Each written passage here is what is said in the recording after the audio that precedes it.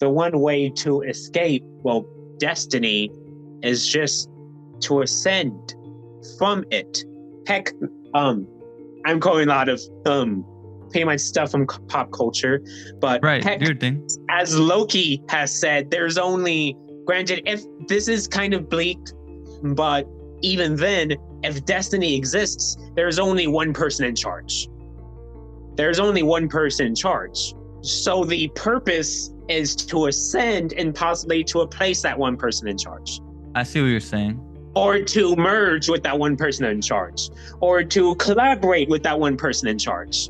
You know what? That's kind of like the higher self. Hello, everybody. Welcome back to the Lucid Living Podcast. Today we have a special guest here. Somebody I've connected with in terms of psychology. Basically, we found each other through Instagram, through social media, and we were talking about, the creation myth, mythology, just psychology, archetypes, and all that cool stuff, which is something that I'm very passionate about myself. And I want to hear basically where he's coming from, all his knowledge. And so if you guys want to learn more about him, make sure to check him out. He's Pink Lemons on YouTube and pink dot lemons03 on Instagram. Okay. His name is Kannen Clouch. I don't know if I pronounced that right.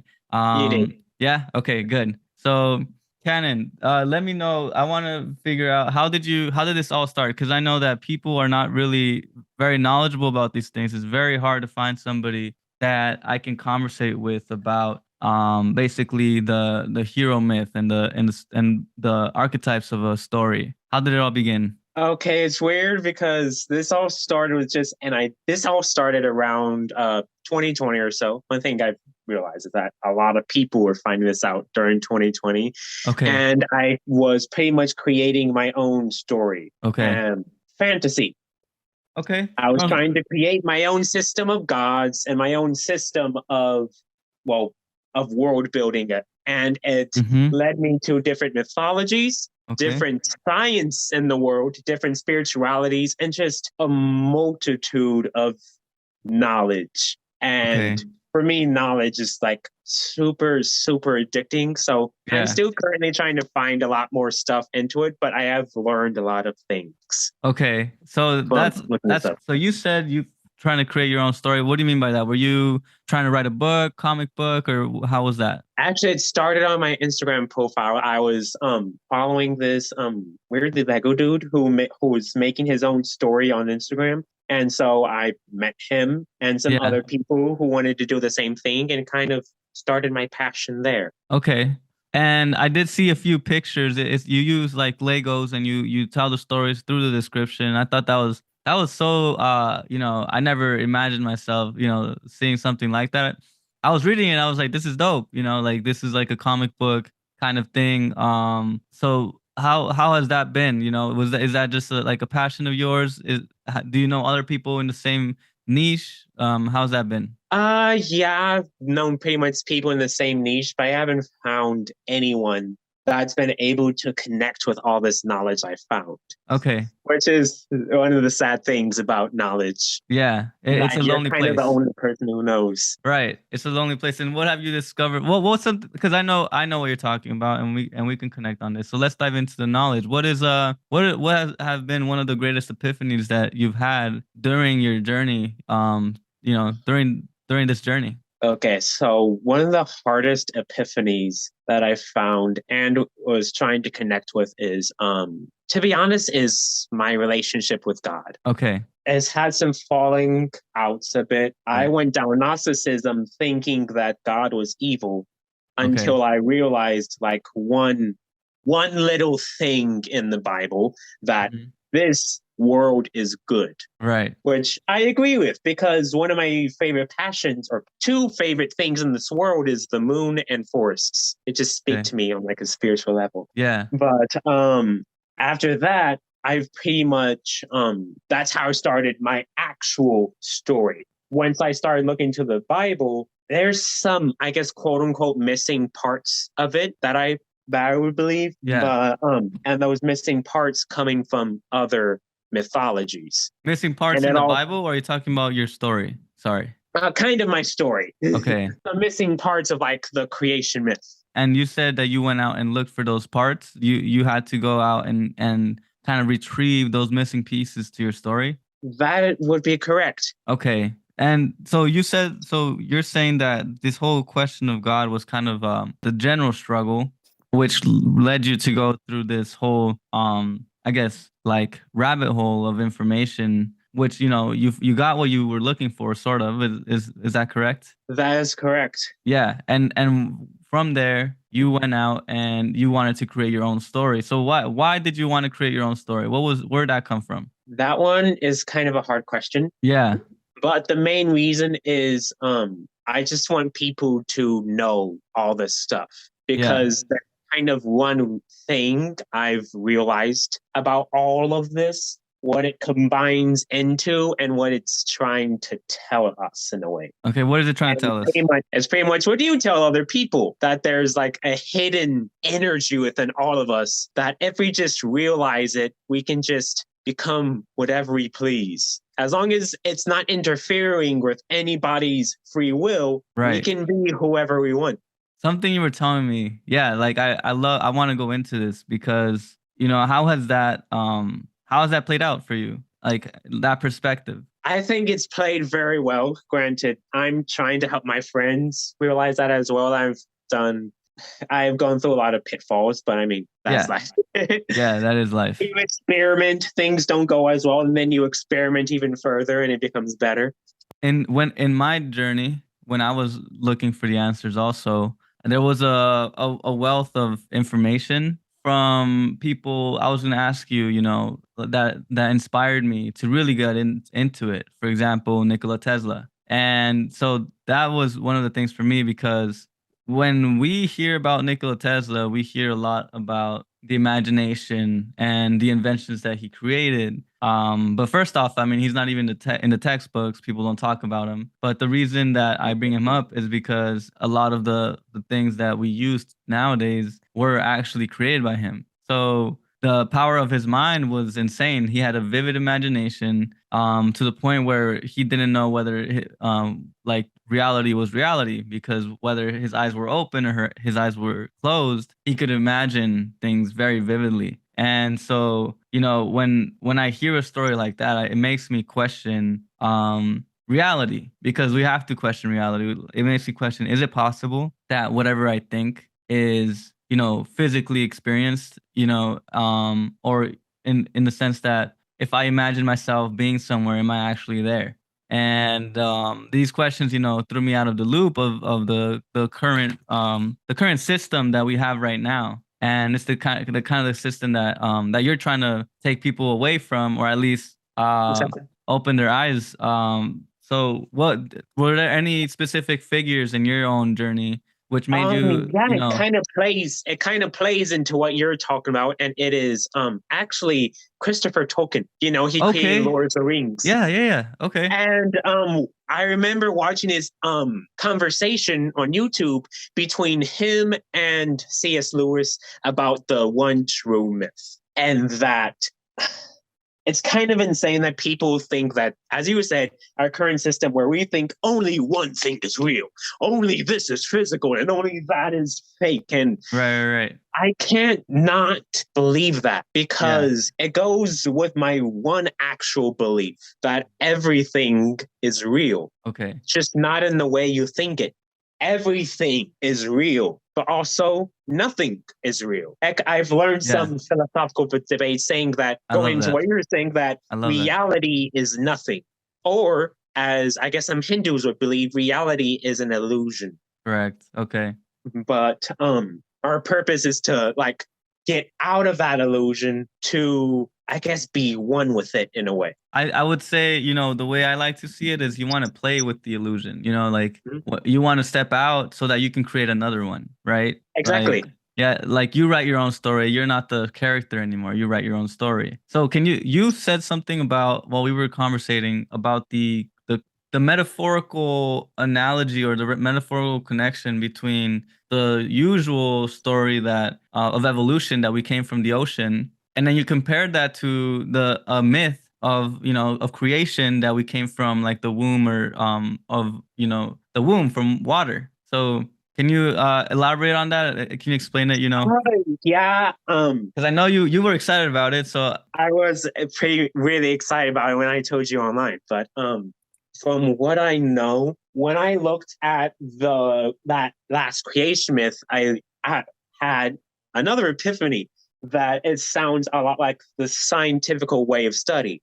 As we said, there's some faults about it, but there's some interesting parts of it that you can learn, like this. That I believe the Hopi creation myth or the emergence creation myth is where you live in the womb of the mother of Mother Earth in the underworld, or possibly in like the blood of the mother, or both, since womb. Yeah, correct. And you pretty much, just like a baby, you pretty much come out of that womb and into the light. Okay.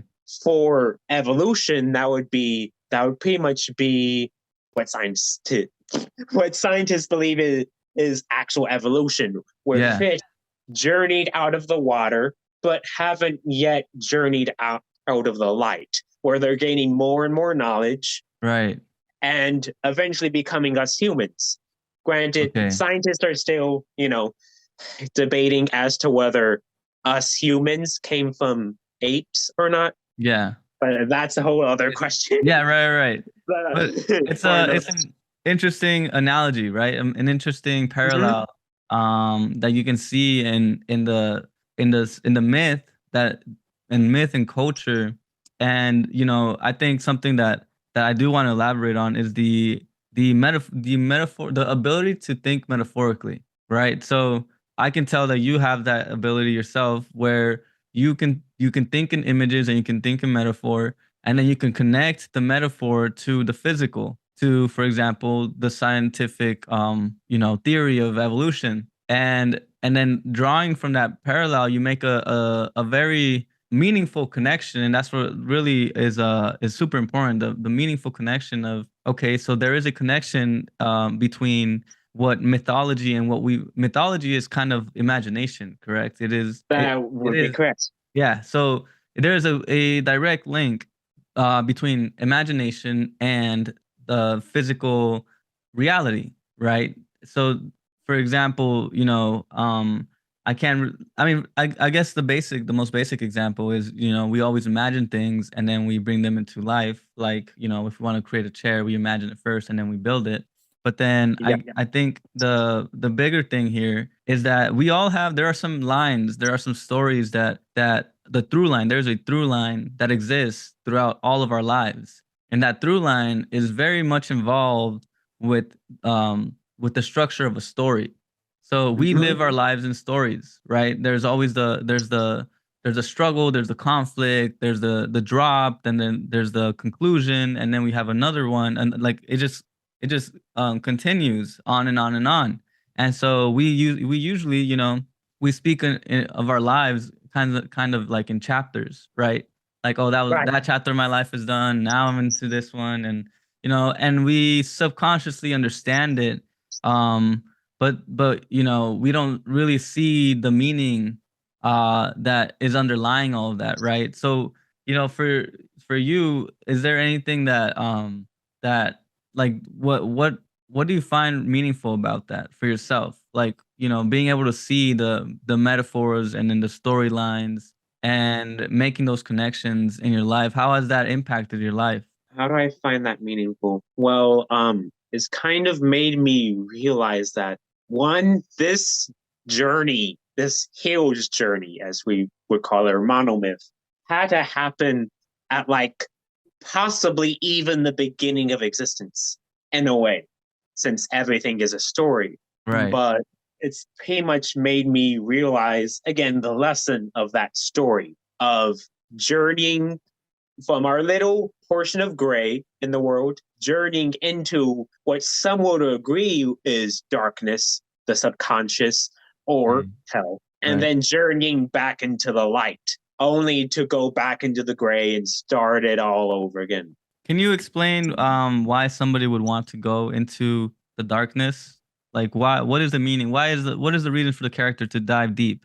Well, to be honest, that's our purpose as humans. our purpose as humans is, I guess, for some is to defy God. We can't not defy God. If we didn't defy God, there'd be no change. There'd be no time. There literally would not be anything if we didn't journey into the darkness.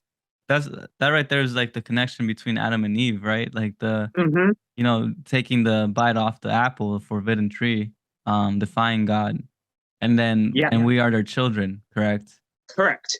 Okay, and so that's something interesting here. And so in defying God, what do you mean by that? Can you explain a little bit more? Can you elaborate a little bit more? Okay. I can try. By defying God, I guess I pretty much mean making mistakes. Okay.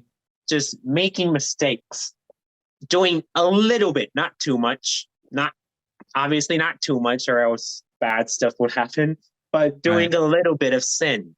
Experimenting, as I said earlier, to find out the result of that experiment. To finally be like, aha, I know what I can do now.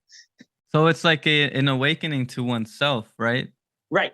Okay. So and you explained it. Can you explain kind of if you were to, if you were talking to a friend and they were asking you, "Hey, so what is this all this stuff, the mythology and the stories and all that?" Can you explain kind of like the sequencing of the story itself? What is the beginning and what is the end? And then the why.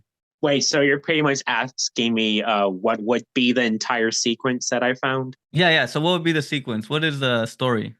Okay, so I might forget some stuff, but Okay, yeah, do your best. the sequence from what I found is in the beginning there's nothing, which is chaos or nothing.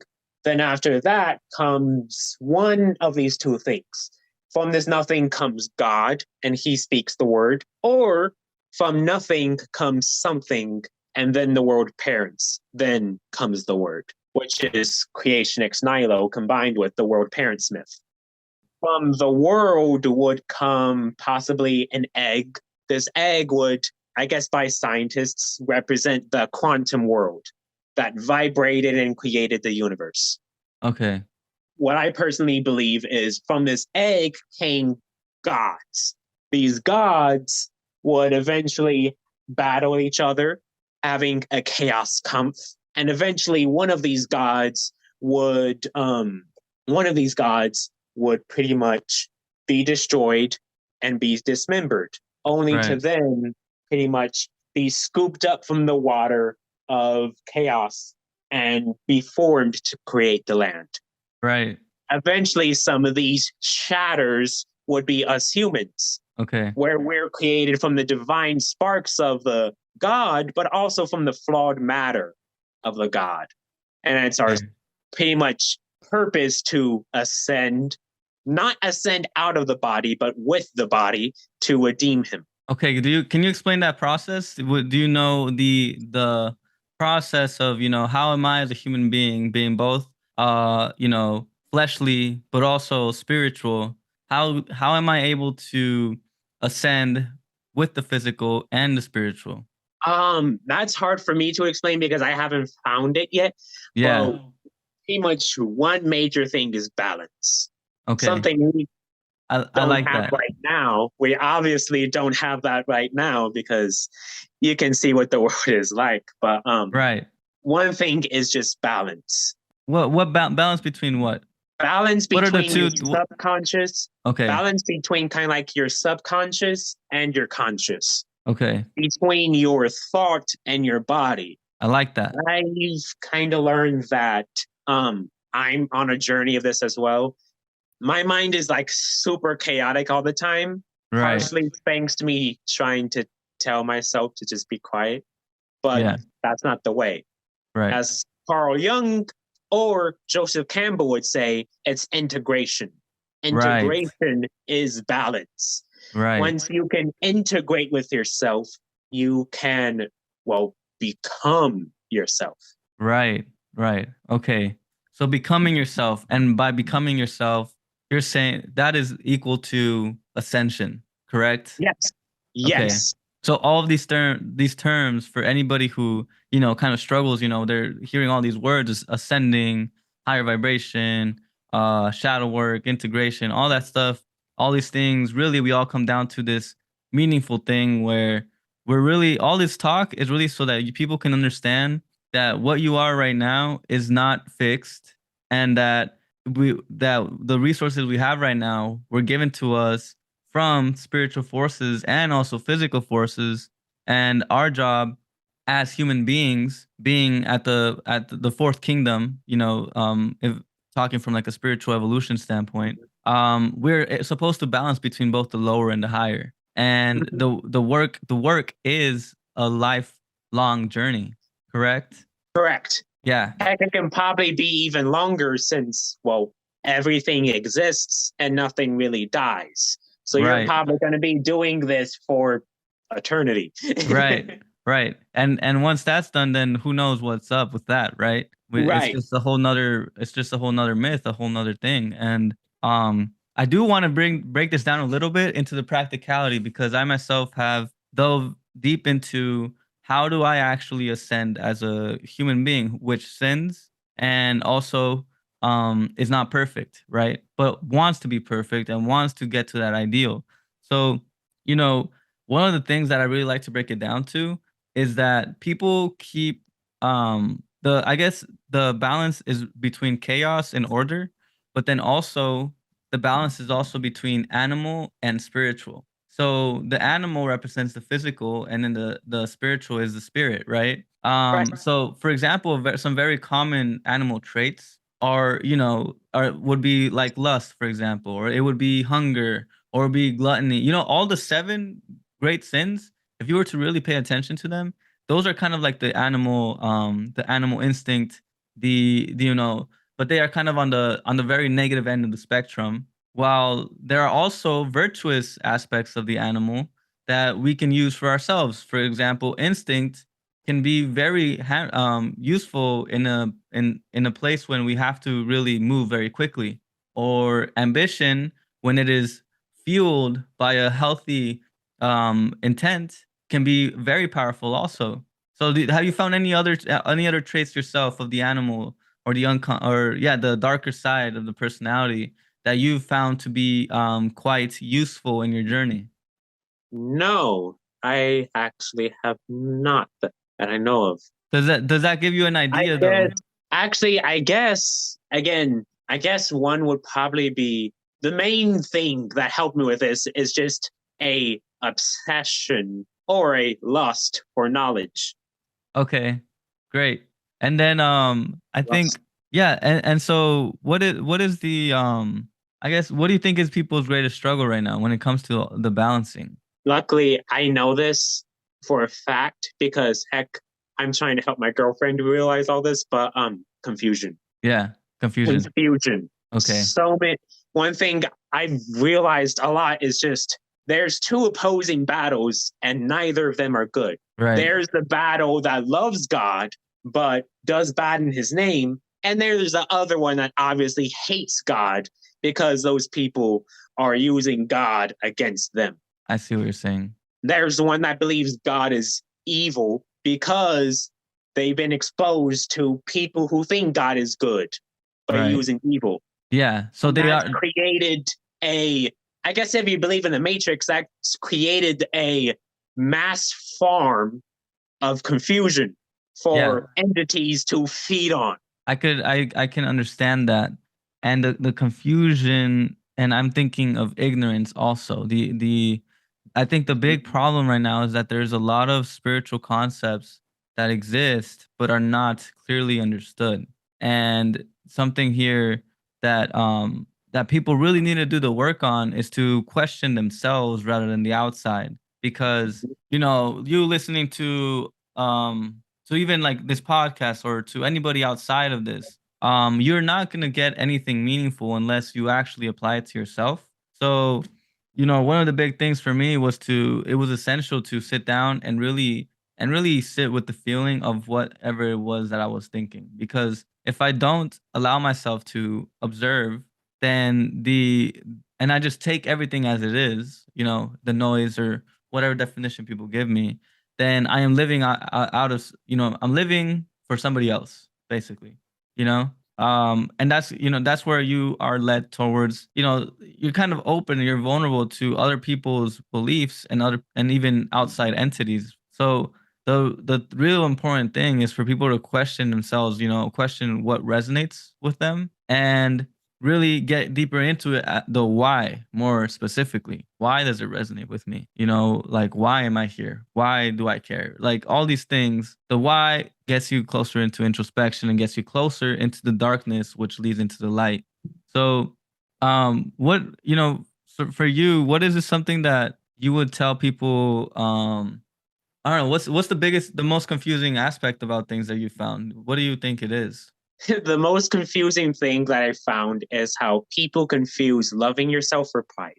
Okay. That is the most confusing thing for All me. right. Can you elaborate on that? Loving yourself is not pride. What pride is, and pretty much every other deadly sin is, pride is telling yourself to love yourself. It's not loving yourself. It's forcing love onto you while hating you. That's what people think every other sin leads. Pride leads to every other sin, but technically, no, it's hate that leads to pride, then to every other sin. Which makes sense because, I mean, it's said in this hierarchy that Satan and Lucifer are two totally different people. And it'd be obvious for Satan to come first, then Lucifer to come next. I'm not too well versed in the Bible, but I can. So can you explain the, Satan versus Lucifer, that analogy? It's still kind of hard to explain, but granted, I kind of gravitate to Lucifer myself because his journey is kind of similar to mine. Yeah. And what I've realized, kind of like Hexel, the TV show, is like hell is not meant to banish, but supposed to heal.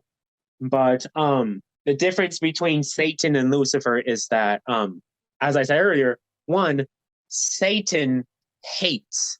Lucifer loves himself, but hates himself. It's an added step. Another thing is that Lucifer also kind of represents that balance. Okay. What's kind of sad about Lucifer is that, as we know from the Bible, God's first words were, "Let there be light." And Lucifer's possible original name was Hallel, the angel of light. He was literally supposed to protect, reality, light, everything. Okay. But he was banished. Sorry, what do you think that says about humans in general? Because I feel like the Bible is kind of like the story of humanity. So what does Lucifer represent? It represents what I was saying earlier, the redemption of evil, to balance oneself. Okay. Lucifer is, if you're to look at the yin and yang, Lucifer is the light within the darkness. I see what you're saying. Okay, that's interesting. Lucifer represents chaos, but he represents the good type of chaos. He represents individuality. He represents being your own God for others. He represents balance in a way. And then, so his struggle is one of finding, what is Lucifer's struggle then? Redemption is redemption, correct? Yes, it even shown in the TV show that his struggle is redemption. He hates himself so much. But one thing, as shown in the TV show, what he is supposed to realize is what we're supposed to realize. Hell is not meant to destroy others. It's meant to heal others. Hell is supposed to heal. The darkness is the fire that purges away all that gunk. I see. So that you can go into the light. There's something there where I recognize the chaos. I just keep going back to chaos, the role that chaos plays into this, which is that chaos exists because order exists, and vice versa. Order only exists because chaos exists. And something that I often think about is Alan Watts. Have you listened to Alan Watts?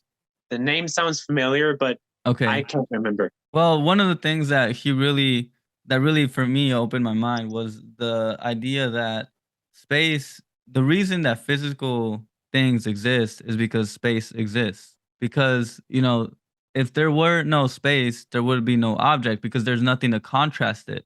So the contrast itself is what creates the story. So the negativity or the evil is there in order for the good to exist. And so what okay, so then the question, I'm interested because it's kind of like a little philosophical. We're going there. Where what do you think is the how do you escape that story? Or how do you make it not as yeah, how do you escape that story of or that play of good and evil? Because there is a middle way, right? We always hear about the middle path. Well, to go back to the Matrix, weirdly, one thing I've heard through the video games is that the one way to escape, well, destiny, is just to ascend from it. Heck, I'm calling a lot of pretty much stuff from pop culture, but right, heck, weird thing. As Loki has said, there's only, granted, if this is kind of bleak, but even then, if destiny exists, there's only one person in charge. There's only one person in charge. So the purpose is to ascend and possibly to replace that one person in charge. I see what you're saying. Or to merge with that one person in charge, or to collaborate with that one person in charge. You know what? That's kind of like the higher self.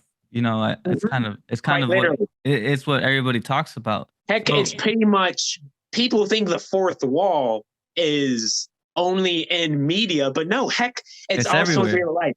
It's also in real life. That veil between death is the fourth wall. Those higher beings are the directors, the actors, the script, everything beyond the story. That's insane. Yeah, that is the way I think about it is there are storylines. Okay, think about it like this. Like there are storylines within every second.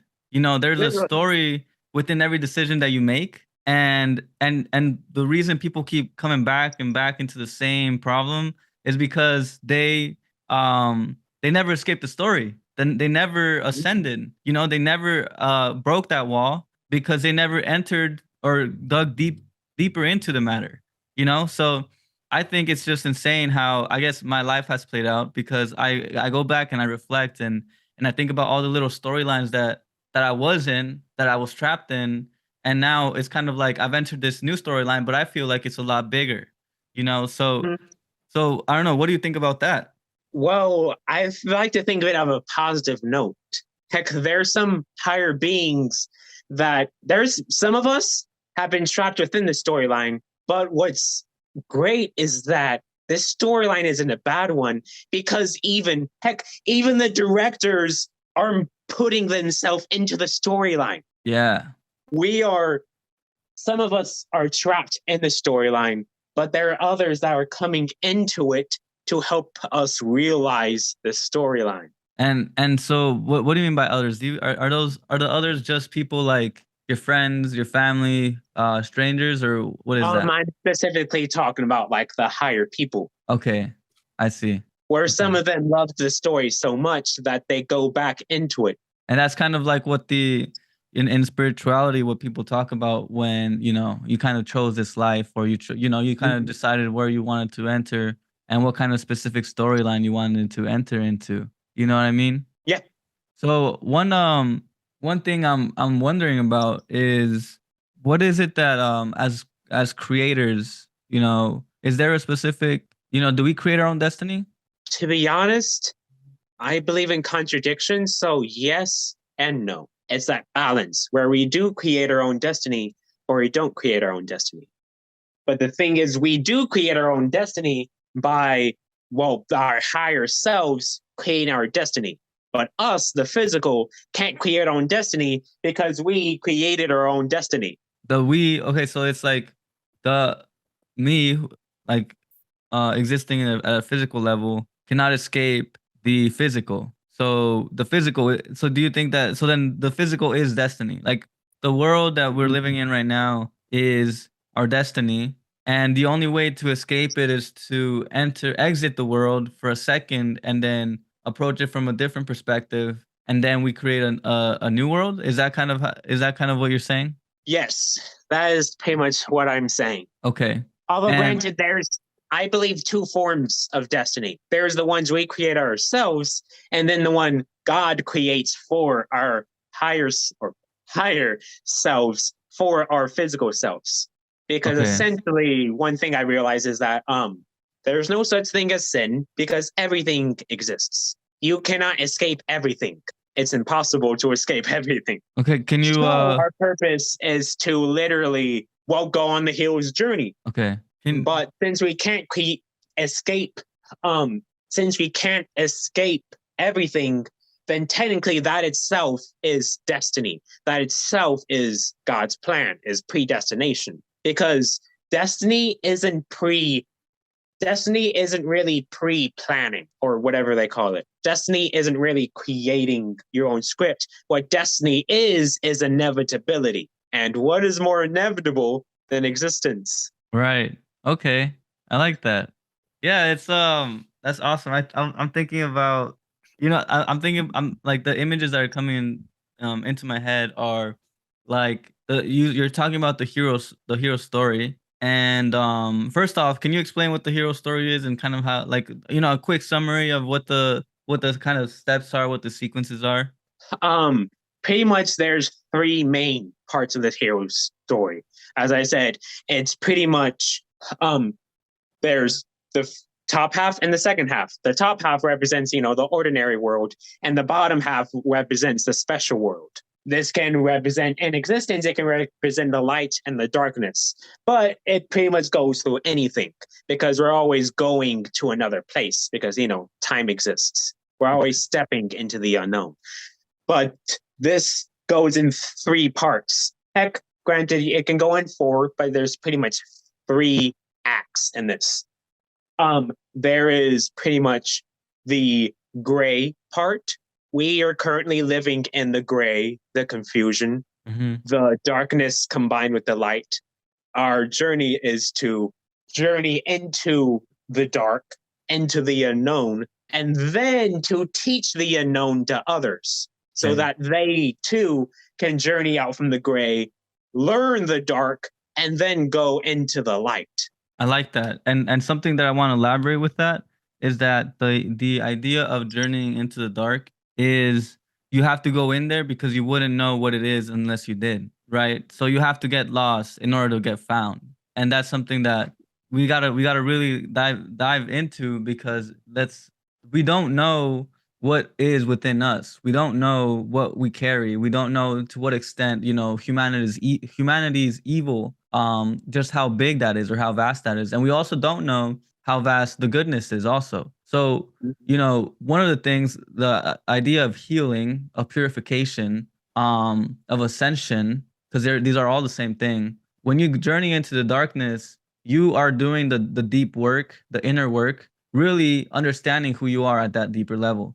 And as you go through it, as you go through that hell or that unconsciousness, you dive into it, you become a little more conscious and you become more knowledgeable at navigating this inner world, this darker world.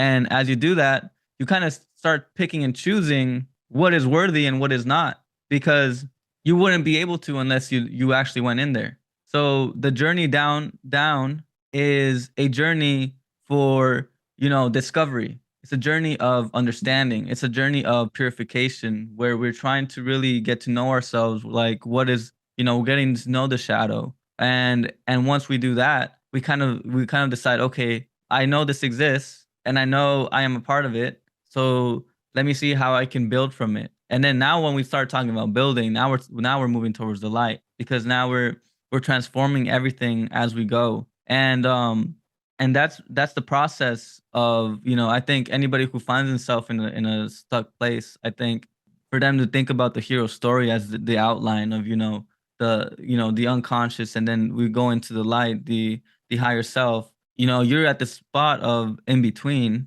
and in order to actually create something from there, something bigger, you have to discover all of it so that you understand how to use it. And once you do that, you have to do that by going under, and through that you purify and you go up. And I think that and that's not, that happens within every instant. You know what I mean? I feel like within every situation that you have, every life circumstance where you're struggling, the I feel like most of the time the answer is always going to be go within, go deeper into it, right? So yeah, I mean, were you gonna say? I know if you were explaining the outline. Were there more to the hero story that you wanted to mention? Yeah, pretty much. One thing that's interesting about the outline is, heck, each step is within, well, the entire journey is each within each step, pretty much. That Okay. you go through the light and darkness, and heck, in step one, like even during like the gray, you have one tiny version of the hero's journey. Yeah, it's like I don't know where this comes from, if it's from philosophy or from religion, but that the universe works in cycles. Mm-hmm. And all I keep thinking about is circles, where there's a big circle, huge circle, which is mythology, and then there's like the steps are circled within the circle, you know, and I think you see the geometry everywhere, like in spirituality, concentric circles and the flower of life and all that stuff. I feel like all that is just it's kind of a representation towards that, right? Yeah. Yeah. Go And ahead. pretty much another thing. Um, while I was recently, when I was looking for stuff for my story, I recently found a website called the Mind Matrix. And one thing it talked is that creation is a process of subdivision. Creation is a process of separation. Can you explain that? I think I know what you're alluding to, but I want you to go into that a little bit because people think Okay. that the reason I do is because people think that creation is something that you know, that only a few are capable of, and also that you have to be original to do so. But you're saying that it's more so about subdivision. So can you explain that? Yeah, pretty much. One, it's kind of interesting because, heck, this is kind of how some creationists go, how the world is created from the subdivision or body parts of a chaos god.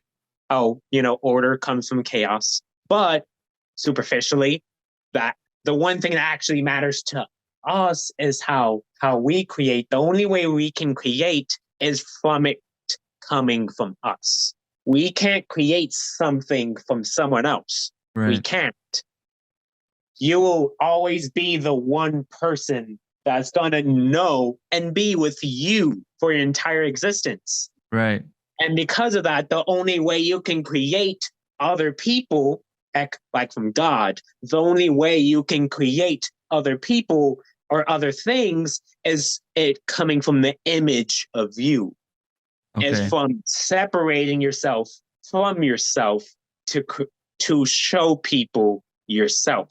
That can be like anything, right? Mm-hmm. Everything that we see, books, images, art, children, all that stuff. It's all really a byproduct of yourself. Mm-hmm. Everything, and if you think about it, like the every piece is intimately connected to the source, which is the creator. Literally, yeah. So how does that kind of like explain the concept of can you I am curious, so what is this creation process? What is the creation process? So it's your mind and then what? Well, the actual creation process is pretty much can sum up into one word: experience. When we Okay. experience stuff, things become a part of us. Heck, that's the same thing with knowledge. Knowledge is power because the Okay. more knowledge you have, the more it becomes deeply ingrained with you. And the more you can use that knowledge from yourself to pretty much create. Right. So it's either experience or knowledge. Okay, And I heck, see. everybody has different amounts of knowledge, which is why, to be honest, it's stupid when people say that older people are more experienced than younger. When heck, I'm an example of this. When younger people know even more than the older. I see what you're saying. Where I think the thing I'm thinking about is just how like you can experience things in your head without having ever gone to the place, right? So you can experience, for example, Nikola Tesla. He would imagine the inventions before it. Like he would run a simulation before he even did any physical representation of it, and so that to me is kind of like we're looking at something where we can create just through thought. You know what I mean? We can create Right. just, and we can experience just through thought. So that's something where that really that can say a lot. You know, we don't have to go out and travel, or we don't have to go out and do, you know, do these extravagant things to say that we know, or to say that we've experienced, um when we're at home, and we can really learn just sitting down and experience, and through reflection and introspection and all those things. Yeah, very much. Okay, so that should be. Do you have anything else you'd like to say to people? Anybody who's looking to not be so confused, or who's struggling with this thing, and they know they are. Well, since everything exists and everything just is, then just be yourself. Be yourself. I like that. Don't tell yourself to be other things. You'll pretty much be living with yourself for all of existence. So the only, you know, the first thing, the priority should be make yourself comfortable with yourself, right? The only way to become God is to be yourself. I like that. So that is it for today's podcast, guys. I hope that you guys enjoyed it and learned something about the creation myth, and also just your own story. And I hope that you push yourself to discover, you know, the wonders that lie within your own story. All right. So that'll be it for today. We'll see you on the next one. Okay. You guys stay lucid. All right. Peace.